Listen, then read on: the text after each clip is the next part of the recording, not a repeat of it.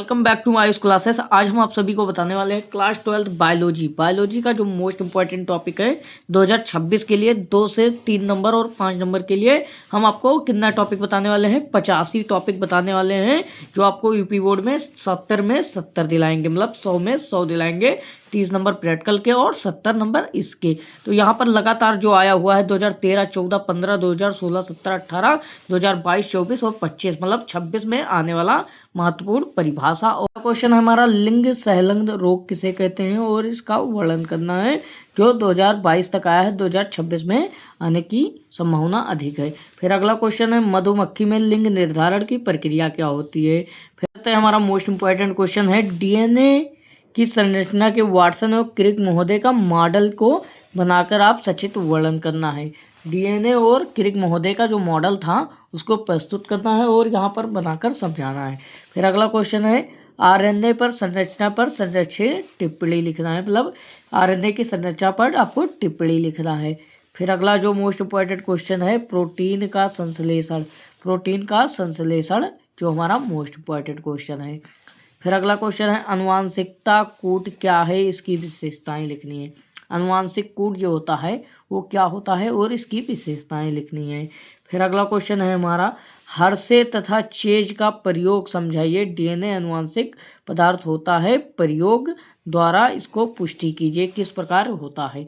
ये हमारा important question है। फिर अगला क्वेश्चन है पृथ्वी पर जीवन की उत्पत्ति संक्षिप्त क्या करना है, पृथ्वी पर जीवन की उत्पत्ति किस प्रकार हुई उसके बारे में आपको विवरण करना है किस प्रकार हुआ। फिर अगला क्वेश्चन है जीव विकास से आप क्या समझते हैं। जीव विकास से आप क्या समझते हैं और डार्विन महोदय जो थे उनका विकास पर क्या सिद्धांत है उसके बारे में आपको लिखना है। फिर अगला क्वेश्चन है कैंसर पर संक्षिप्त टिप्पणी लिखना है, मतलब कैंसर के बारे में लिखना है, कैंसर बीमारी किस प्रकार होता है। फिर अगला क्वेश्चन है वाहित मल का उपचार और टिप्पणी दोनों लिखनी है आपको, यहाँ पर इंपॉर्टेंट क्वेश्चन है। फिर अगला क्वेश्चन देखते हैं जो मोस्ट इंपॉर्टेंट होने वाला है। 3 नंबर का क्वेश्चन है असंग जनन पर संक्षिप्त टिप्पणी लिखना है। 3 नंबर का क्वेश्चन है असंग जनन पर संक्षिप्त टिप्पणी लिखना है, जो 2024 में आया था, 25 में नहीं आया था और 26 में आने की संभावना अधिक है, इसलिए आप तैयार करके जाइएगा। मानव शुक्राणु की संरचना पर संक्षिप्त टिप्पणी लिखना है। फिर अगला क्वेश्चन है अंडाणु जनन तथा शुक्राणु जनन में विभेद करना है, मतलब अंतर स्पष्ट करना है। सभी 3 नंबर का क्वेश्चन है परियों नियोजन की विधियां क्या होती हैं उस पर संक्षिप्त टिप्पणी लिखना है, ये हमारा इंपॉर्टेंट क्वेश्चन है। फिर अगला क्वेश्चन है भारत में परिवार नियोजन की आवश्यकता है, इसकी विधियों का वर्णन की जाए, मतलब अभी तक परिवार नियोजन था, परिवार नियोजन के बारे में अगर भारत में आएगा तो भारत के बारे में लिखना है कि परिवार नियोजन की विधियाँ क्या होती है। फिर अगला क्वेश्चन है जनसंख्या विस्फोट का निवारण क्या है, इस पर निबंध लिखना है। कितना नंबर के आने वाला है, 5 नंबर में आने वाला है।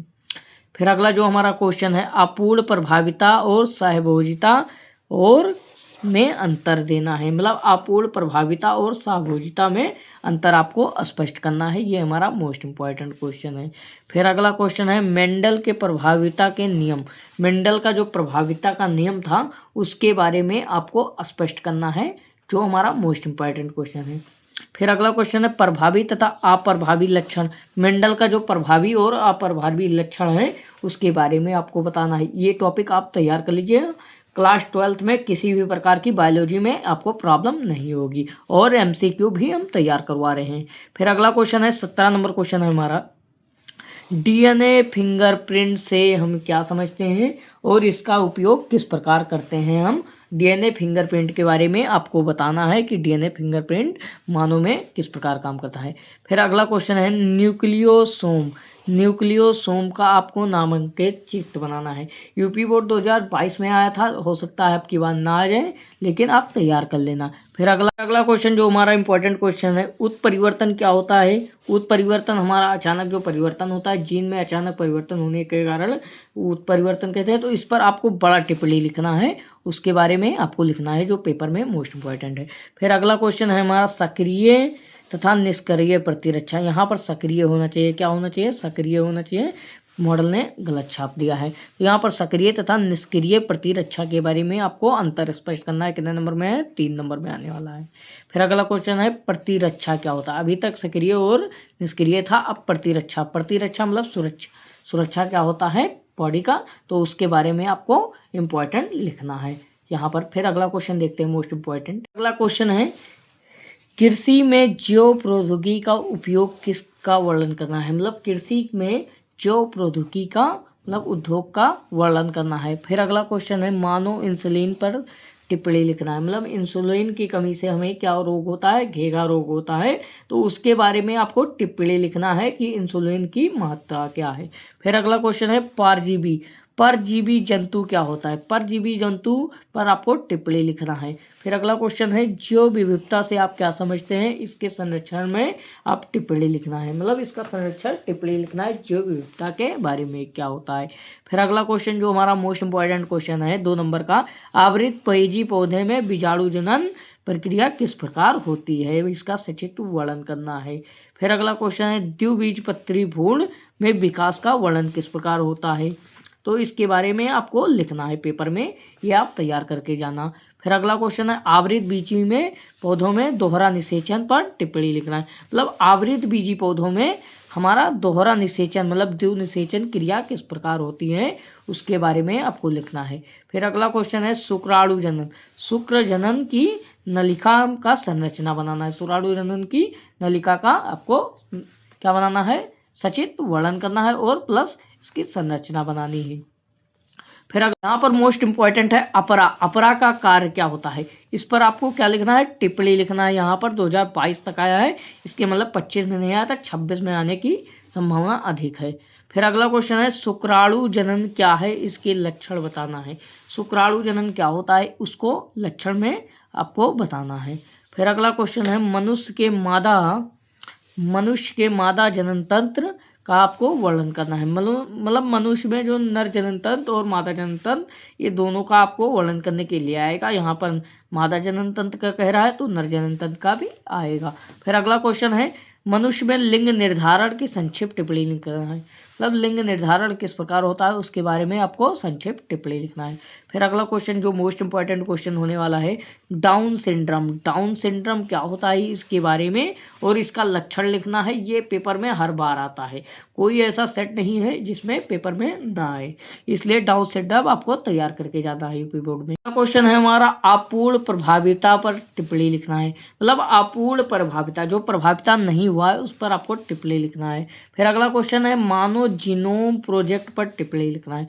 मानव जीनोम जो जीनोम था वो प्रोजेक्ट बना था, उस पर आपको टिप्पणी लिखना है। फिर अगला क्वेश्चन है मोस्ट इंपॉर्टेंट, डीएनए आरएनए में अंतर स्पष्ट करना है, जो हमेशा आता है। फिर अनुवांशिक कोड पर आपको टिप्पणी लिखनी है, ये हमने पहले ही बता रखा है, अनुवांशिक कोड पर टिप्पणी लिखनी है। फिर यहाँ पर अगला क्वेश्चन है, मलेरिया की रोगजनकता पर आपको लक्षण एवं बचाव पर उपचार करना है। मतलब मलेरिया की जो बीमारी है उस पर आपको लक्षण और बचाव का टिप्पणी लिखना है। फिर अगला क्वेश्चन है हमारा, टीकाकरण क्या होता है। टीकाकरण पर एक संक्षिप्त टिप्पणी लिखना है, जो मोस्ट इंपॉर्टेंट होने वाला है। फिर अगला क्वेश्चन है, जैव उर्वरक से आप क्या समझते हैं, कृषि में इनका क्या महत्व है। जैव उर्वरक में क्या है और इसमें कृषि में क्या संबंध है, उसको आपको लिखना है। फिर अगला क्वेश्चन है, प्लाज्मिड कहाँ पाया जाता है, उसके बारे में आपको पूर्ण रूप से लिखना है, क्या इस पर टिप्पणी लिखना है। फिर अगला क्वेश्चन है, प्रतिबंध एंजाइम क्या होता है। प्रतिबंध एंजाइम क्या होता है, उसके बारे में आपको पूर्ण रूप से लिखना है। फिर अगला क्वेश्चन देखते हैं, यहाँ पर आ जाते हैं, सूक्ष्म जीवों के औद्योगिकी महत्व समझाइए। मतलब सूक्ष्म जीवों के बारे में आपको बताना है, जो उनका उद्योग होता है। फिर अगला क्वेश्चन है, जैविक खाद पर संक्षिप्त टिप्पणी लिख लिए। फिर अगला क्वेश्चन है हमारा जो मोस्ट इंपॉर्टेंट क्वेश्चन है, बीटी फसल, ये क्वेश्चन आपका काट दिया गया पेपर से, ये दोनों क्वेश्चन। तो यहाँ पर आ जाते हैं, बीटी फसल मोस्ट इंपॉर्टेंट क्वेश्चन है, तो यहाँ पर आपको बीटी फसल तैयार करके आना है। फिर यहाँ पर होता है पारजंतु के बारे में आपको तैयार करके जाना है, मोस्ट इंपॉर्टेंट क्वेश्चन है। फिर अगला क्वेश्चन है, जीन चिकित्सा पर संक्षिप्त टिप्पणी आपको लिखना है। फिर अगला क्वेश्चन है, बीटी कपास पर टिप्पणी। मतलब बीटी फसल पर टिप्पणी था, अब बीटी कपास पर टिप्पणी लिखना है। फिर अगला क्वेश्चन हमारा जो आते हैं मोस्ट इंपॉर्टेंट क्वेश्चन, हमने बता रखा है साभोजता साक्रूपता, तो ये आपको साभोजता पर टिप्पणी लिखना है, तो ये आप तैयार करके जाना।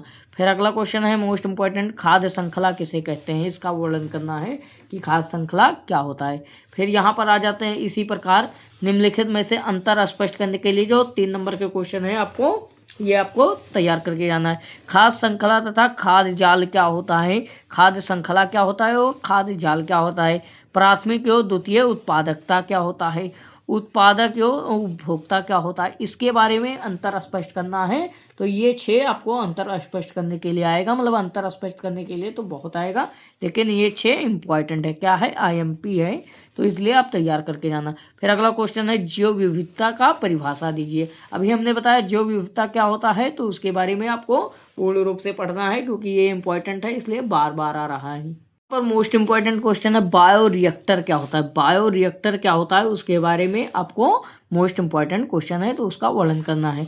जीन चिकित्सा के बारे में आपको बताना है, तो यहाँ पर मोस्ट इंपॉर्टेंट क्वेश्चन है। फिर अगला क्वेश्चन है साकोप्ता। अभी हमने बताया साभोजता, साकोप्ता और पारजीवी जीवता जंतु के बारे में आपको पूर्ण रूप से लिखना है। फिर अगला क्वेश्चन है red data book. Red data book यहाँ पर मोस्ट इंपॉर्टेंट क्वेश्चन है, इसलिए आपको तैयार करके जाना है। फिर आवृत बीजी पौधे में नर युग्म उद्भिद का विकास किस प्रकार होता है, उसके बारे में आपको तैयार करके जाना है। फिर गुरु बीजाणु जनन की संक्षेप में टिप्पणी लिखना है। फिर यहाँ पर भूल कोश का नामांकित चित्र बनाना है। यहाँ पर अगला क्वेश्चन है टिप्पणी लिखना है अधिसेकन फलन बहुभूलता पर। यहाँ पर ये दोनों मोस्ट इंपॉर्टेंट क्वेश्चन हो गया। और फिर अगला क्वेश्चन है भूलता क्या है, बहुभूलता क्या होता है और भूल पोषण क्या होता है। बहुभूलता हमने बताया नहीं, तो बहुभूलता आपको तैयार करके जाना है, और प्लस आपको भूल पोष क्या होता है उसके बारे में आपको सचित्र वर्णन करना है, और विभिन्न प्रकार के बारे में।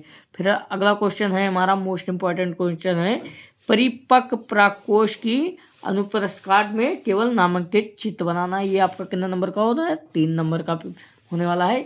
इसी प्रकार आप सभी क्वेश्चन को तैयार कर लीजिएगा। मोस्ट इंपॉर्टेंट क्वेश्चन हम बता रहे हैं, इससे आपको कोई प्रकार की दिक्कत नहीं होगी। फिर मिलते हैं नेक्स्ट वीडियो में।